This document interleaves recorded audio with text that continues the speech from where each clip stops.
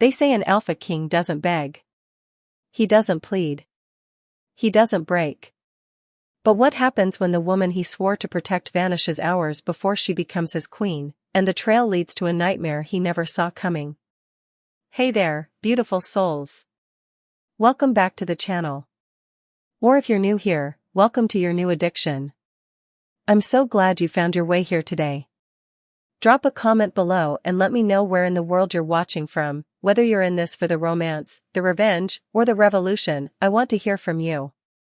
And if you haven't already, smash that subscribe button because trust me, this story is going to take you places you never expected.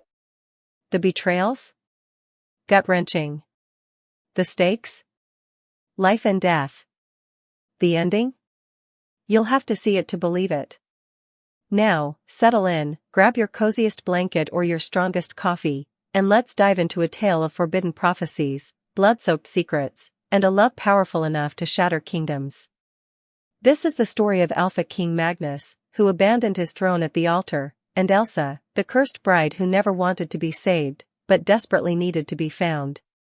The Great Hall of Ironhold Keep had been decorated for 3 days straight. Thousands of winter roses, white as fresh snow, red as spilled blood, lined the ceremonial aisle. Dignitaries from every corner of the Northern Territories filled the stone pews, their breath misting in the frigid air. This wasn't just a wedding. This was the treaty that would end 40 years of war. And Alpha King Magnus stood at the altar, waiting for a bride who would never arrive. The Great Hall of Ironhold Keep had been decorated for 3 days straight. Thousands of winter roses, white as fresh snow, red as spilled blood, lined the ceremonial aisle. Dignitaries from every corner of the Northern Territories filled the stone pews, their breath misting in the frigid air. Alpha Magnus stood at the altar in ceremonial armor etched with the sigils of 5 united packs, his hands clasped behind his back to hide their trembling. This wasn't just a wedding. This was the treaty that would end 40 years of war. The priestess shifted her weight beside him, her ancient eyes flicking toward the empty doorway for the 7th time. Magnus didn't need to look. He could feel the absence like a missing limb. Elsa should have appeared 20 minutes ago, veiled in silver, her father's hand on her arm, sealing the alliance that had cost both kingdoms rivers of blood to negotiate. But the doorway remained empty. Whispers rippled through the crowd like wine through dead leaves. Magnus caught fragments: dishonor, insult, cold feet, and his jaw clenched so hard his teeth ached.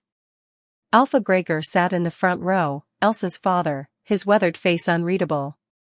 Too unreadable. The older wolf should be furious, humiliated.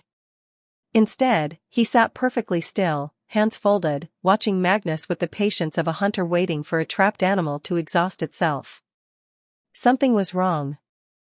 Magnus' wolf stirred beneath his skin, restless and snarling. The bond between him and Elsa was new, barely formed during their brief courtship, but it pulled at him now like a fishing line with a hook buried deep. She wasn't nervous. She wasn't hesitating. She was terrified. The priestess cleared her throat. "Your Majesty, perhaps the bride requires more." "Garrett." Magnus didn't raise his voice, but his beta materialized from the shadows near the side entrance, moving with the lethal grace that had made him Magnus' most trusted warrior. "Find her." Garrett bowed and disappeared. The minutes crawled. Magnus stood statue still, ignoring the growing murmurs, the shuffling feet, the pointed glances exchanged between rival pack members. His father had taught him that an alpha never shows weakness, never flinches, never lets them see you bleed. So he waited, a king carved from ice, while his pulse thundered in his ears. When Garrett returned, his face was ashen.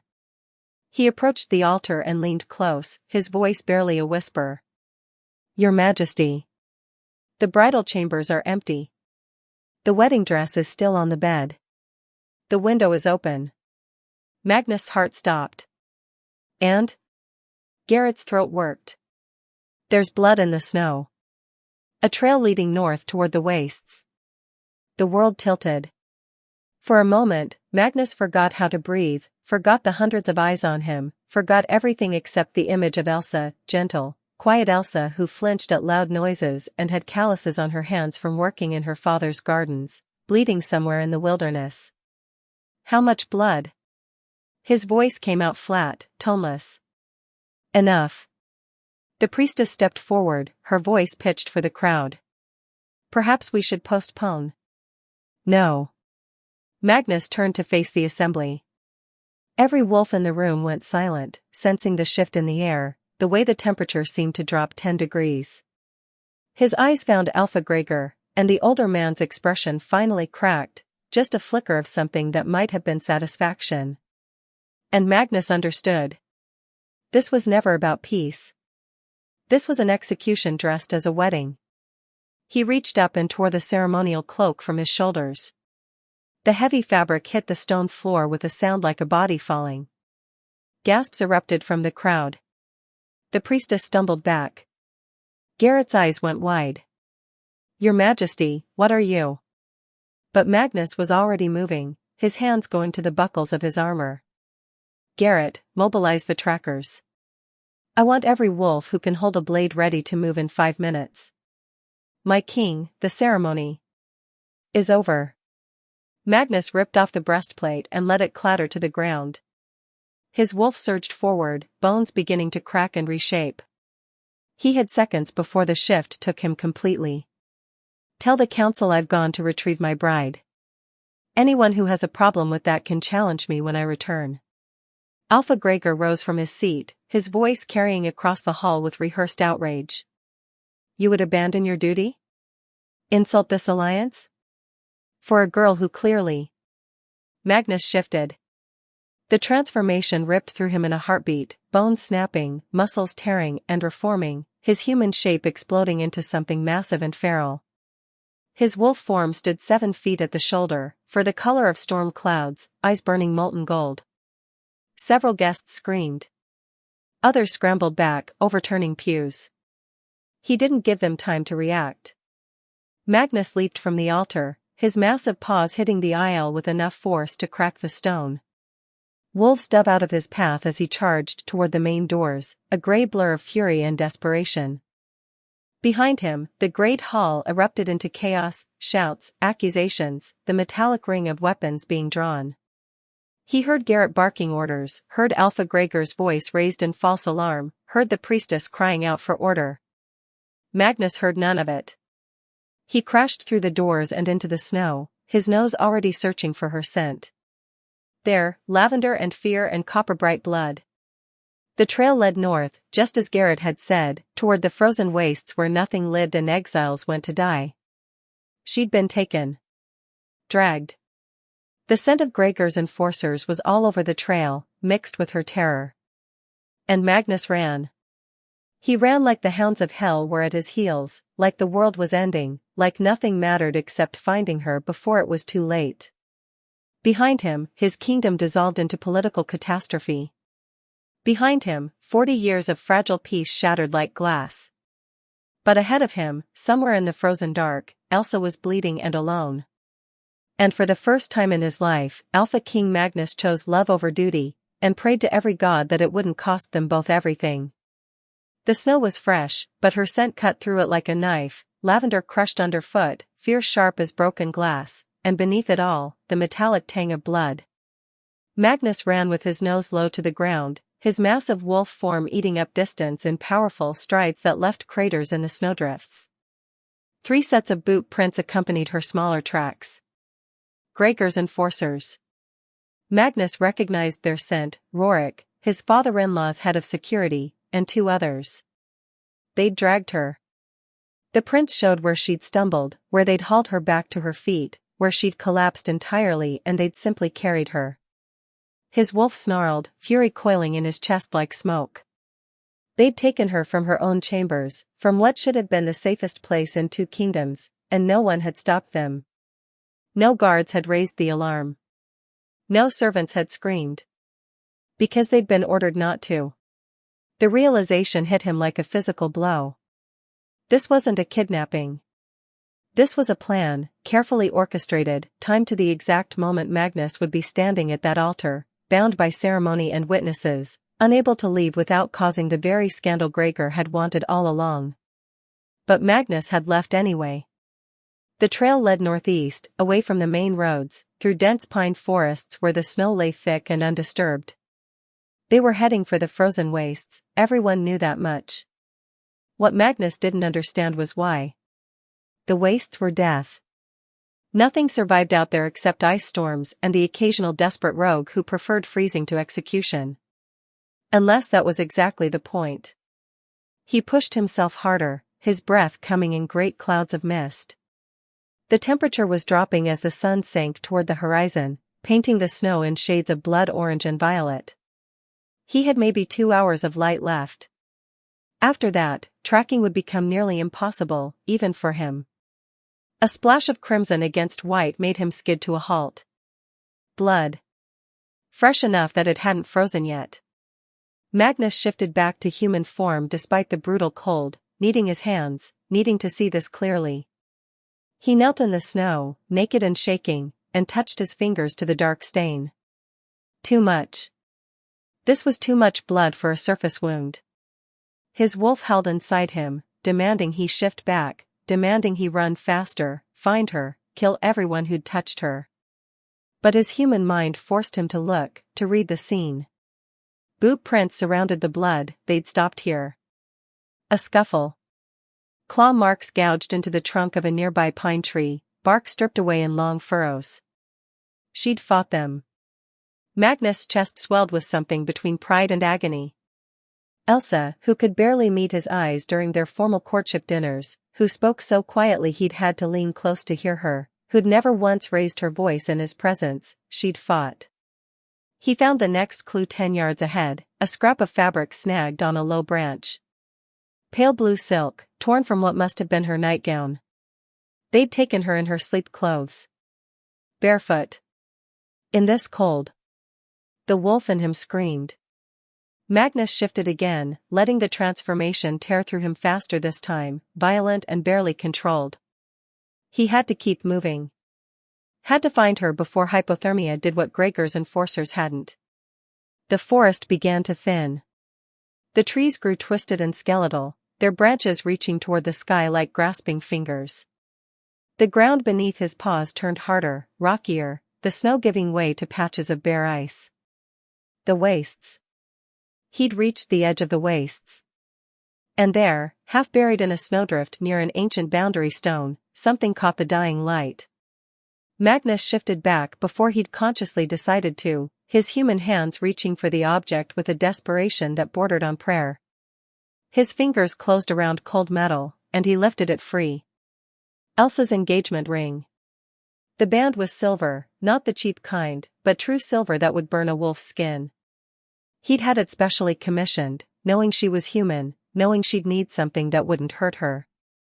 3 small diamonds formed a triangle on top, representing the 3 packs their marriage would unite. The metal was pristine. Not scratched, not damaged. She hadn't lost it in a struggle. Magnus turned the ring over in his palm, and his breath caught. There, on the inside of the band where he'd had their initials engraved, was a fresh smear of blood, deliberately placed, her thumb pressed to the metal to leave a mark. She'd left it here on purpose. A message. A breadcrumb trail. She'd known he would come.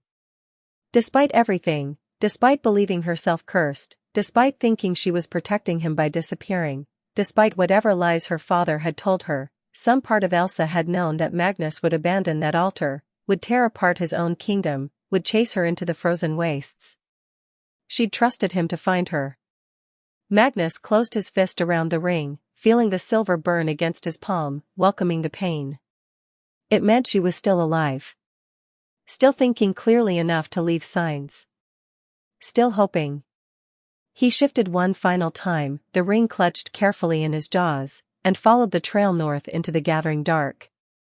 The wastes opened before him like a mouth, all ice and razor-edged wind and absolute desolation. Somewhere ahead, in that frozen hell, Elsa was waiting. And Magnus ran toward her like a man running toward salvation, knowing it might be his damnation, and not caring at all. The watchtower rose from the ice like a broken tooth, ancient stone blackened by centuries of wind and frost, its upper half collapsed into rubble. Magnus had passed a dozen abandoned structures like it on his way through the wastes, relics from the border wars when this frozen wasteland had been contested ground. Now they served only as tombs for the foolish and the desperate. But there was smoke coming from this one. Thin and gray, barely visible against the darkening sky, but unmistakable. Someone was alive inside. Magnus circled the tower once, his wolf form low to the ground, reading the scene. 2 sets of fresh tracks led to the entrance. Rorik and one other, the third enforcer must have turned back. Smart. The wastes killed quickly, and Gregor would only pay for a job completed, not for frozen corpses. The scent of blood was overwhelming now, mixed with silver and something else. Something that made Magnus' hackles rise and his wolf whine in recognition. Magic. Old magic. The kind that left scars on the soul. He shifted back to human form and approached the door. It hung crooked on rusted hinges, and through the gap he could hear voices, low, bored, the casual tone of men who'd done terrible things so many times they no longer felt them. Think he'll actually come? The king? For her? A harsh laugh. Gregor says he will. Says the bastard's gone soft. Soft enough to throw away a kingdom? We're about to find out. Magnus' vision went red. He didn't bother with the door. He hit it with his shoulder and the rottenwood exploded inward, and before the guards could do more than turn he was on them. The first one died with Magnus' hand around his throat, vertebrae crunching like kindling. The second managed to draw his blade, managed one wild swing before Magnus caught his wrist and twisted until bone splintered through skin. The man screamed. Magnus didn't let him finish. He was only human for this, wanted them to see his face, wanted them to know exactly who was killing them and why, but the violence was pure wolf. Efficient. Brutal. Final. When the silence returned, Magnus was breathing hard, his hands slick with blood that steamed in the frigid air. And then he heard it. A whimper. Soft and broken, coming from the corner where shadows pooled thickest. He turned, and his heart stopped. Elsa was chained to the far wall, her arms raised above her head, wrists locked in silver manacles that had burned down to bone. Her nightgown hung in tatters, soaked through with blood and melted snow. But it was her face that destroyed him, bruised purple and black around her left eye, her lip split, her cheek scraped raw. She looked like the image he'd seen once in a nightmare, fragile and broken, and the sight of her like this made something in Magnus' chest crack clean through. Elsa. His voice came out ruined. He crossed to her in 3 strides, reaching for the chains. Her eyes fluttered open, storm gray, unfocused, barely seeing him. No. The word was barely a whisper. Don't. Don't touch them. I'm getting you out of here. You shouldn't have come. A tear slipped down her bruised cheek. You shouldn't, Magnus, please. You have to leave. Now. Before it's too late. I'm not leaving you. He grabbed the chains despite her protests, and the silver seared his palms like hot iron. He didn't care. He ripped the manacles from the wall with a roar, stone crumbling, the metal shrieking. Elsa collapsed forward and he caught her, lowering them both to the ground. She weighed nothing. How had he never noticed how small she was, how breakable? Listen to me. Her hand found his face, fingers cold as death. I'm cursed. I've always been cursed. My father, he knew. He's known since I was born. That's why he agreed to the marriage. That's why, her voice broke. He wanted you to bring me back. Wanted you to claim me. Because once you do, once we're bound, your kingdom falls within a year. It's prophecy. It's law. Magnus pulled her closer, wrapping his body around hers, trying to share his heat. I don't care about prophecies. You should. She was shaking violently now, shock setting in. I'm a blood moon child. Born during the eclipse. Do you know what that means? He did. Every wolf knew the stories.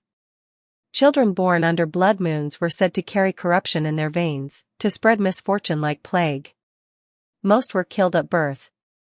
The ones that survived were marked and exiled. "Show me," Magnus said quietly. Elsa hesitated, then slowly pulled aside what remained of her nightgown. There, carved into the skin over her heart, were runes, ancient symbols that seemed to writhe in the firelight. Banishment marks. The kind that identified the bearer as untouchable, unredeemable, damned. They'd been cut deep. Recently. The edges were still raw, still weeping blood. "They did this to you?" Magnus' voice was barely human. "My father's orders. So everyone would know. So there'd be no question what I am." Fresh tears spilled down her face. "Please, Magnus. Leave me here. Tell them I was already dead when you arrived. Marry someone else. Someone who won't destroy everything you've built." "No. You're not listening." "No," he repeated, and cupped her bruised face with infinite gentleness. "You want to know what I see when I look at you, Elsa? Not a curse. Not a prophecy. I see a woman who fought her captors. Who left me a trail to follow. Who's still trying to protect me even now." His thumb brushed away her tears. "If loving you damns my kingdom, then we'll build a new one. If choosing you makes me a traitor, then I'll burn my crown myself. You don't understand what you're saying." "I understand perfectly." He gathered her into his arms and stood, cradling her against his chest. "We're leaving. Together. And anyone who tries to stop us dies." Elsa stared up at him, something breaking and rebuilding behind her eyes. "They'll hunt us. Both kingdoms. My father won't stop. Let them come. We'll have nowhere to go. Then we'll make somewhere." Magnus carried her toward the door, stepping over the bodies of her guards without a glance. "There's an oracle in the Forbidden Peaks. She'll know the truth about this curse. And if she confirms it, if you really are meant to destroy me, then we'll find a way to break it. And if we can't?" Magnus looked down at her, this woman who'd been tortured and marked and left to die, and he smiled. "Then we burn together." Outside, the first stars were emerging, and somewhere far behind them, both their kingdoms were preparing for war. But Magnus didn't look back. He'd made his choice at that altar when he'd shifted in front of everyone who mattered. Now there was only forward. The safe house was little more than a hunter's cabin buried deep in the woods south of the wastes, abandoned years ago but still intact enough to keep out the wind. Magnus kicked in the door and laid Elsa on the single cot near the cold hearth, his hands shaking as he worked to build a fire. She'd stopped shivering an hour ago. That was worse than the shaking. That meant her body was giving up. "Stay with me," he commanded, the alpha voice bleeding through despite himself. "That's an order, Elsa." Her lips moved, but no sound came out.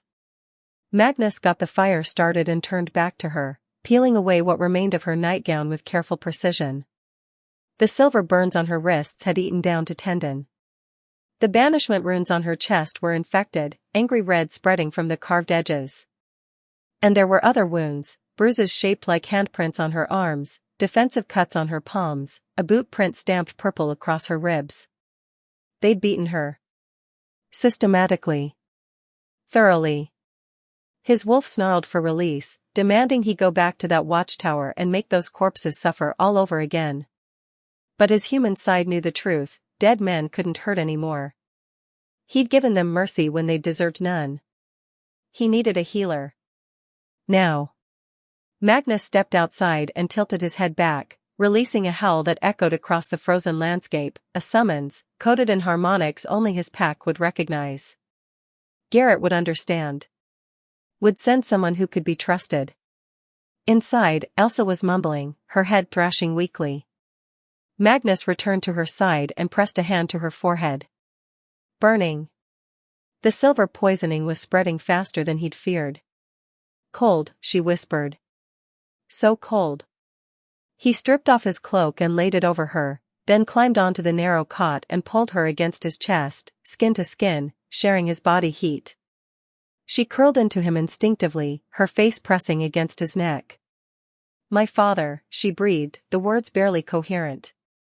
He knew. Always knew. Knew what? About the curse. About me. Her fingers clutched weakly at his chest. "I was 5 when he told me. Said I was born under a blood moon. That I carried death in my veins. That any pack I joined would fall within a year." Magnus held her tighter. "Elsa." "He kept me locked away. Hidden. The other packs thought I was sick, fragile. He let them think it." A broken laugh bubbled up from her throat. "But he was just waiting. Waiting for the right opportunity to weaponize me. The marriage treaty. He hated you. Hated that you'd united the northern packs while his influence crumbled. So he offered me." Her voice cracked. "A poisoned gift. Marry me, bind yourself to me, and watch your kingdom collapse. Perfect revenge." Magnus' chest constricted. "You knew this. You knew what he planned, and you still agreed to the marriage?" "I thought," fresh tears leaked from her closed eyes. "I thought if I was good enough, quiet enough, maybe the curse wouldn't take. Maybe I could control it. Maybe I could save you by being invisible. That's why you never spoke to me. Why you avoided my eyes. I was trying not to doom you any faster than I already had." She shuddered violently. "But then the wedding day came and I realized I couldn't do it. Couldn't stand at that altar knowing what would happen. So I ran. Tried to flee before the vows could be spoken, before the bond could form. And your father's men stopped you. They were waiting outside my window. Like they knew." Bitterness soaked her words. "He told them to bring me back. To make sure I reached that altar even if they had to drag me there broken and bleeding. Because a reluctant bride is still a bride, and the curse doesn't care about consent." The door burst open and Magnus' hand went to the knife at his belt before he recognized the scent. Garrett, followed by an elderly woman with silver-streaked hair and knowing eyes, Moira, the pack's master healer. "Moon's mercy," Moira breathed, taking in Elsa's condition. "Silver poisoning, blood loss, and something else. Something old." She knelt beside the cot, her hands already moving. "Out of my way, Your Majesty. Unless you want to watch her die." Magnus reluctantly released Elsa and stepped back. Garrett caught his arm, pulling him toward the corner. "The capital is in chaos," his beta said quietly. "Both councils are calling for your head. Alpha Gregor has declared the marriage treaty void and is mobilizing his forces.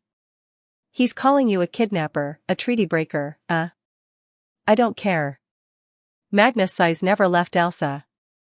"Let them come. You're throwing away everything for a girl you've known 3 months. She's not just a girl." The words came out fiercer than he'd intended. "She's cursed," Elsa whispered from the cot, somehow still conscious despite Moira's ministrations. "He's right, Magnus. I'm cursed. And now you are too." Magnus crossed back to her in 2 strides, dropping to his knees beside the cot. "Then we're cursed together. You don't understand." "I understand perfectly." He took her hand, ignoring Moira's protests about keeping the patient still. "If loving you is a curse, then I'll burn with you. I'd rather have 1 year of truth than a lifetime built on lies and political marriages." Elsa stared at him, her gray eyes glassy with fever and tears. "Why?" The question came out broken. "Why would you sacrifice everything?" "Because somewhere between awkward dinners and careful courtship and watching you try so hard to disappear, I fell in love with you." The confession tasted like freedom. "And maybe I'm a fool. Maybe I'm damning my kingdom. But I've spent my whole life being what everyone else needed me to be. For once, I'm choosing what I need." "You need me?" She said it like she couldn't believe it. "More than my crown. More than my kingdom."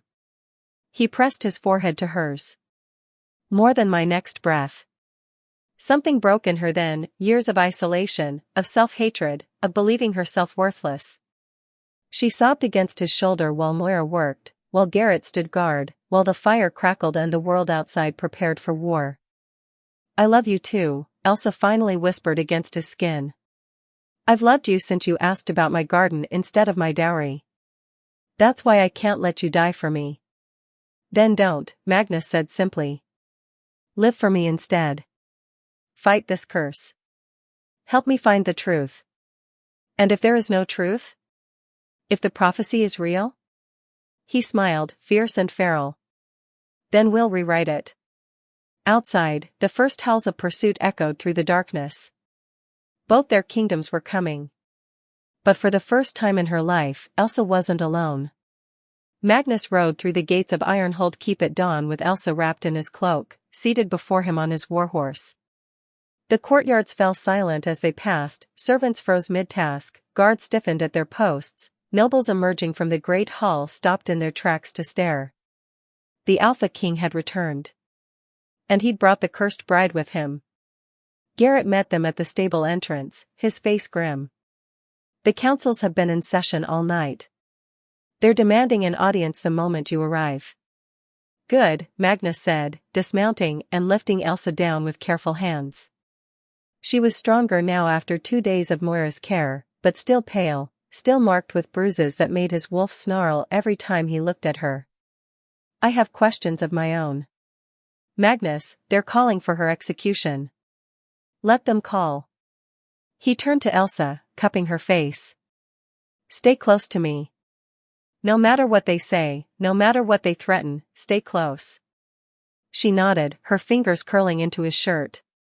Together they walked into the great hall where both councils had assembled in a joint session, something that hadn't happened in 40 years. The Northern Council sat on one side, Gregor's Southern Council on the other, and between them sat empty chairs for Magnus and his advisors. The room erupted the moment he entered. "Traitor," someone shouted. "Treaty breaker. He's doomed us all." Magnus ignored them, guiding Elsa to the center of the hall. She held her head high despite the hateful stares, despite the whispered curses. Pride swelled in his chest. This was the woman they called weak, breakable. They had no idea what strength really looked like. Elder Marcus of the Northern Council rose, his voice cutting through the chaos. "Alpha King Magnus, you stand accused of abandoning your duties, breaking a sacred treaty, and harboring a cursed wolf. How do you answer these charges?" "I answer that I found my bride being tortured by her own father's men," Magnus said coldly. "That she was chained with silver, beaten, and left to die in the frozen wastes. And that someone in this room knew exactly where she was." All eyes turned to Alpha Gregor. Elsa's father stood slowly, his weathered face a perfect mask of wounded confusion. "My king, I assure you, when I learned my daughter had fled, I sent men to find her for her own protection."